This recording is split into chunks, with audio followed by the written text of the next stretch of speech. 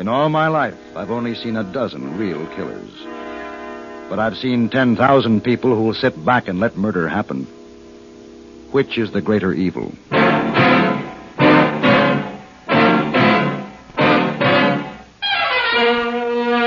Have Gun Will Travel.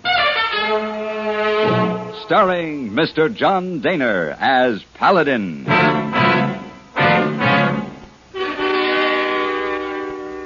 San Francisco, 1875. The Carlton Hotel, headquarters of the man called Paladin.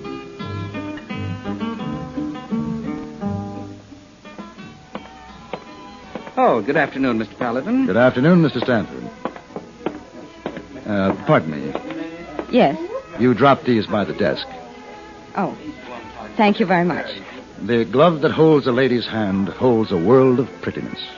Really? Yes. My name is... I am not interested in your name. I don't wish to know it. I don't wish to know you. And if I did, this would not be the day, the hour, nor the place. I quite understand. Then if you will kindly release my hand. Oh, of course. Again, thank you very much. Oh, pretty lady, not too impressed with Mr. Paladin. We are all entitled to mistakes, hey boy. Oh, yes, but how often? Seldom, the time, the place, and the loved one all together. And husband make three. Telegram come for you. Oh? Answer? Yes. Wire back. Have gun. Will travel.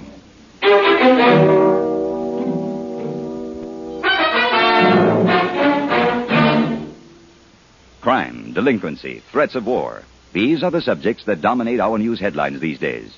Not very pleasant subjects, are they? You may say that somebody ought to do something about cutting down on crime and delinquency and in promoting peace among nations, but that there's nothing you personally can do about it. That's where you're wrong. You can wage your own fight against crime and delinquency in your own family by taking the family to the church or synagogue of your faith this week. The inspiration and guidance you and they will receive from spiritual contact will strengthen moral background and faith. Regular attendance at religious services will help your family to work out its own problems and give them comfort in facing the tensions of our present-day life. Worshipping together brings your family closer together, too. And supporting your own religious institution provides funds to help those individuals and families who, unlike you, are unable to help themselves. Find the strength for your life. Worship together this week.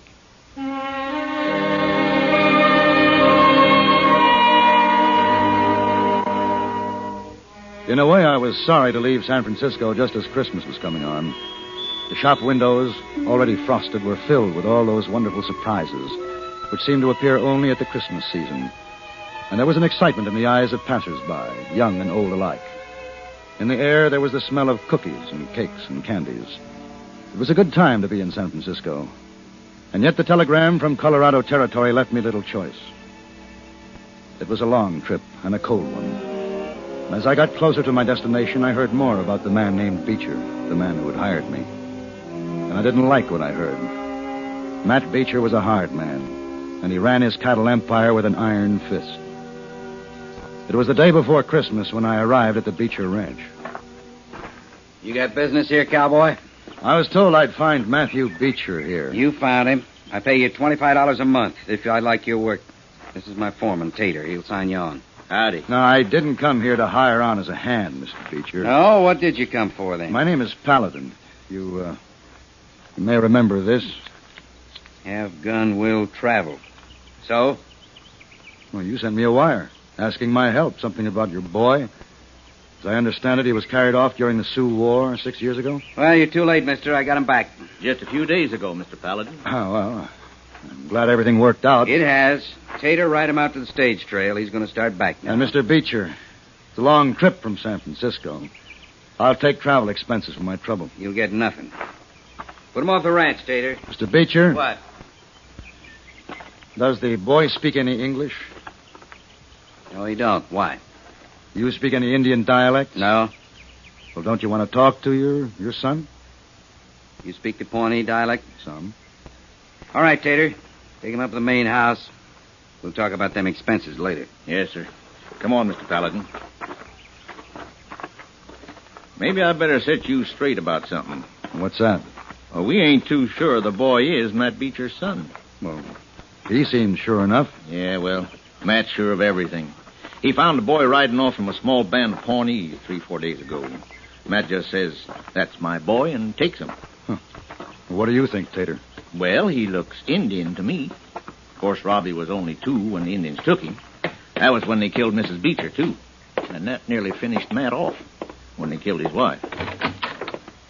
Tater, is that you? Yep. Mr. Paladin, this here's my wife, Maudie. Maudie? Mr. Paladin? How's the boy today, Maudie? Same as yesterday and the day before. Is he sick? Well, not hardly. It's just we got to keep an eye on him every minute or he'll squirt away. Boy! Hey, boy!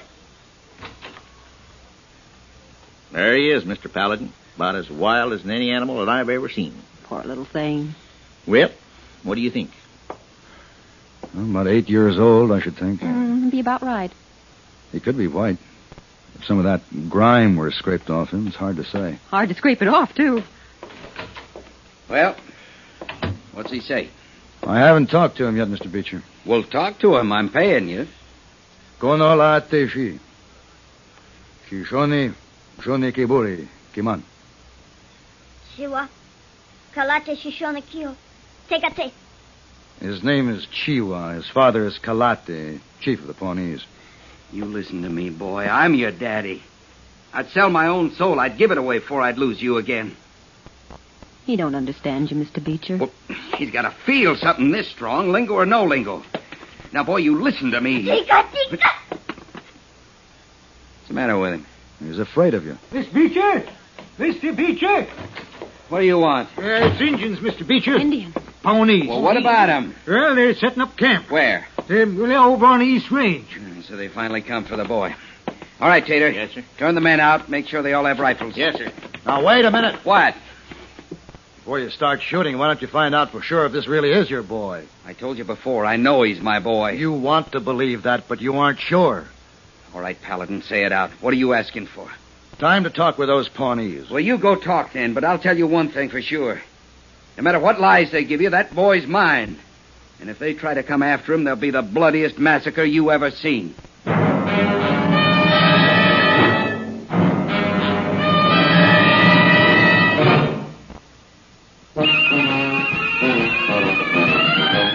Of all leading filters, cigarettes, Kent filters best, Kent filters best. It makes good sense when you smoke Kent, Kent filters best.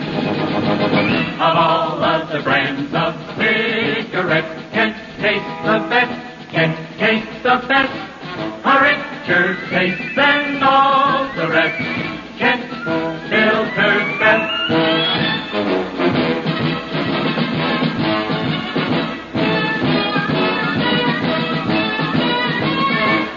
Good sense when you smoke Kent.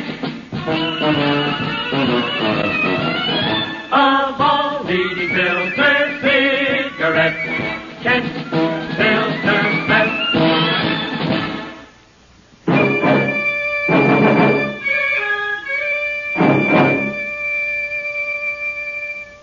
I rode out to the Pawnee camp knowing I had little time and less chance to stop a needless killing.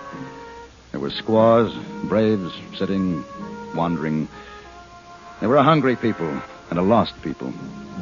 At a tattered teepee, I found Kalete, chief of the Pawnees. Kalete was once man who greeted white man like brother. Now he wanders, hungry, forgotten like the gray wolf. I'm sorry. I wondered why Kalate was on this trail. White man steal children. Kalate will agree. A man may claim his own son. She were my son. Is he white? She were my son. I ask again, is he white? Skin is leather bag God made to hold the soul. Color of bag no matter. He was traded from the Sioux. Our blood has mixed. But his is white. He is my son. I take him back. Kalate, if you take the boy, there'll be killing. This white man has many rifles. Can rifles kill what has been killed already? Look at my camp. When there is no game, my people starve. We are driven from land, and winter is here. But we move no more. We stay here. Soon we take my son.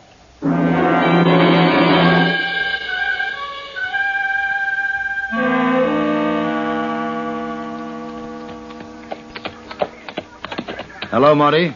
Hello, Mr. Paladin. Well, what's going on inside there? Oh, everyone's shining up clean. We're going to celebrate Christmas, Mr. Beecher, too. Mr. Beecher. Well, I know you won't believe it, but Tater did the trick. Says to Mr. Beecher, maybe the boy will remember Christmas. Ain't that a good one? Indian boy bringing us Christmas. First time since Mr. Beecher lost his wife. Oh, gotta find some more mesquite for decorating. We're going to have singing and eating and everything. Sounds fine, Marty.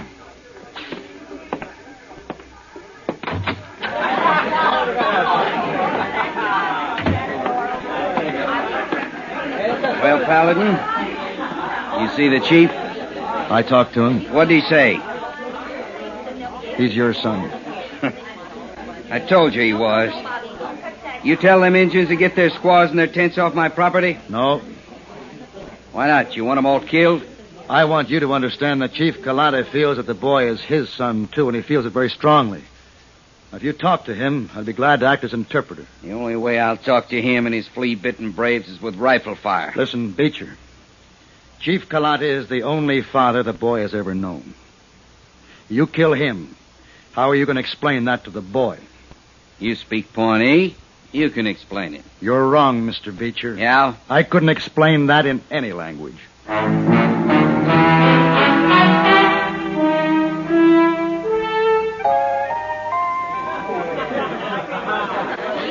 Tater, I said rations, not all these fancy victuals. Well, it's Christmas, Mr. Beecher. Now, look. Listen to me, all of you. Listen. If one calf wanders off tonight, we work double tomorrow, even if it is Christmas Day. All right, boys. The cider's sitting over there just a-waiting. You can't get no stouter, so get to it. Tater!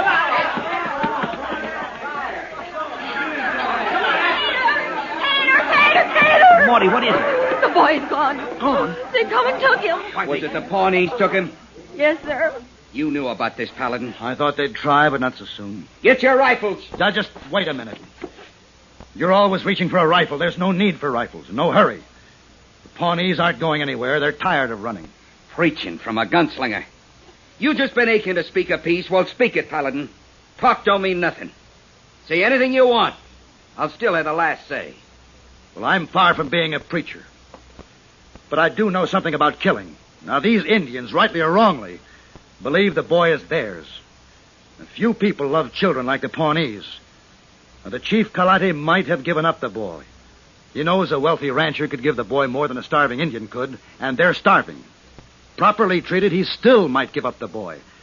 On the other hand, these Pawnees can't run anymore. They're tired. But they would rather die here tonight than give up the child to force. It won't be hard to massacre them. They have no guns. All you have to do is stay out of arrow range. And those you only wound, well, someone will have to press a muzzle against their heads and pull a trigger. Now, this is no Christmas message. I haven't even suggested that to a starving man, food may carry more weight than rifles. As Mr. Beecher can tell you, sentiments like peace, like goodwill, and love, and brotherhood, they're just words. Unless you already know what they mean. And if you don't, even if this were a chapel and I were a preacher, such words would do no good. Well, I ain't got much to say. We're going out to kill some Injuns. One Injun in particular. Anybody that wants can stay here and draw his time, if you think you can find another job. For those who ain't going with me, speak up. Right now.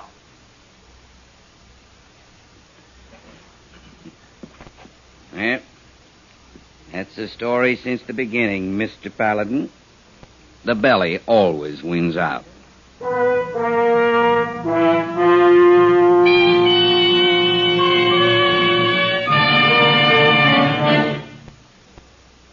My dear Watson, With all due respect to Sherlock Holmes, let us establish one fact clearly. There is nothing elementary about the shrewd deductions Eric Severide makes as he analyzes world affairs on CBS Radio. As chief Washington correspondent for CBS News, Mr. Severide has open to him almost every possible source of information. Experience has sharpened his perspective and given him an extraordinary working knowledge of the forces that make history. It's taught him to view each new development in terms of cause and effect. Each Monday through Friday night, as you join Eric Severide on most of these same stations, you'll find his news analysis remarkably free of snap judgments and predetermined conclusions.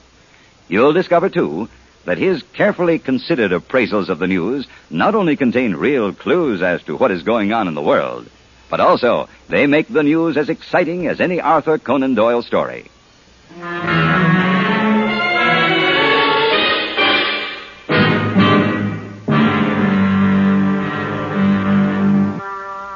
As Beecher's men spilled out of the doorway of the main house to change clothes and get their rifles, I slipped out the back way and, taking the first horse I saw, headed for the Indian camp.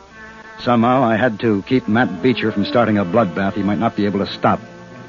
Even as Kalati and I talked, I knew there were horses moving in the darkness beyond the Indians' fires. Beecher's horses. You are a wise man, my son, but we stay. A man without a gun still might run. No place to run. I have forgotten how to kill, but not how to die. Well, what good does this do the boy? Could he take another father after this? We got the camp surrounded. You want to explain that to the chief, Paladin? He knows it. You going to stand with them instead of with your own people? I asked you a question. I heard you. Tater! Hold up, Tater! Women, Hold your fire, boys. That's Morty. women, what are they doing here? Mr. Paladin! Over here, Marty. We got food and things for them Indians. There's 15 or 20 of us. Is it all right to come in there? It's the most all right thing in the world, Marty. Come on. All right, ladies. Get your baskets and get it. What is? Call your squaws, Chief. Call your children. Call the boy. They're bringing food and gifts for your people. Shiva, Holonge, Honemo. Well, they don't look very friendly, Mr. Paladin. I guess you don't look very friendly to them. What do we say? Oh. I'd suggest you try Merry Christmas. Merry Christmas? Christmas. Marty, this is Kalate. He's the chief of the Pawnees. How do you do? Oh. I only got one pair of hands. Here, you take this basket. Hold on there, Morty. I'm with you. Hello, Tater. Hello, Mr. Paladin. I come in too, Mr. Paladin. Well, Pete. Now, what Beecher's doing is wrong, and I don't care if I do get fired. Well, look, Mr. Paladin, all the men are coming in. Why, Morty, you ain't rightly dressed for riding. Well, ladies, none of us have time to change, but you sure don't have to look. Well, Chief, there'll be no bloodletting tonight. Christmas. That's right. They call it Christmas. It's a time of the year when people pretend there is no evil in the world. Yeah, I like. Everybody likes. What about the boy, Chief? His name is Robbie Beecher. His skin is white. Chief? My boy. His boy, Chief. You can return the seed to the plant that bore it. He can't take it, nor can I, nor can anyone. I talk to boy. I'll talk to his father.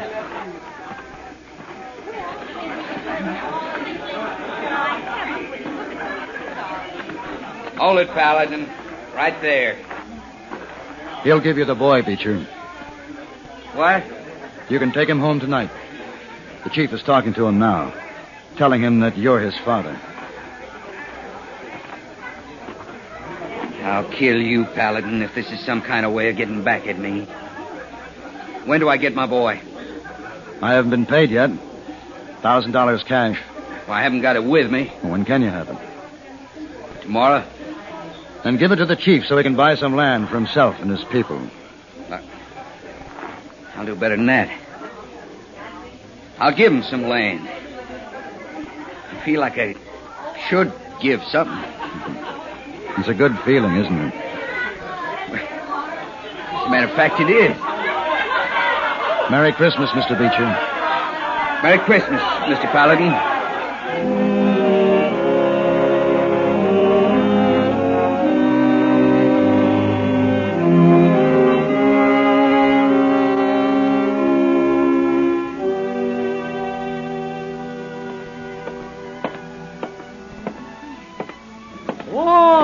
Mr. Paladin. Good afternoon, hey boy. When you come back? Last night, late. Oh, excuse me. Oh, no. Wait, not her. You met her once, remember? I remember. She's always dropping her glove. Oh, too bad. I trouble. Oh. I beg your pardon. You dropped your glove. Oh, so I did. May I pick it up? You may. Thank you. Allow me to introduce myself. Well, please do. My name is Paladin. My name is Eugenie Meyer, Mr. Paladin. Oh. There's a princess named Eugenie. I'd rather hear about that glove that holds a lady's hand. Holds a world of prettiness? Yes. I like that beginning better. Is there more? Oh, there's a great deal more, I assure you. But one question. Why the change of heart? Well, it's more a change of mind. The change of heart can come later. But why? You were very confident in your rejection the last time we met. Well, you were very confident of yourself, Mr. Paladin. Christmas seems to have humbled you. And me. Then we're both very fortunate. Now we can meet. Yes.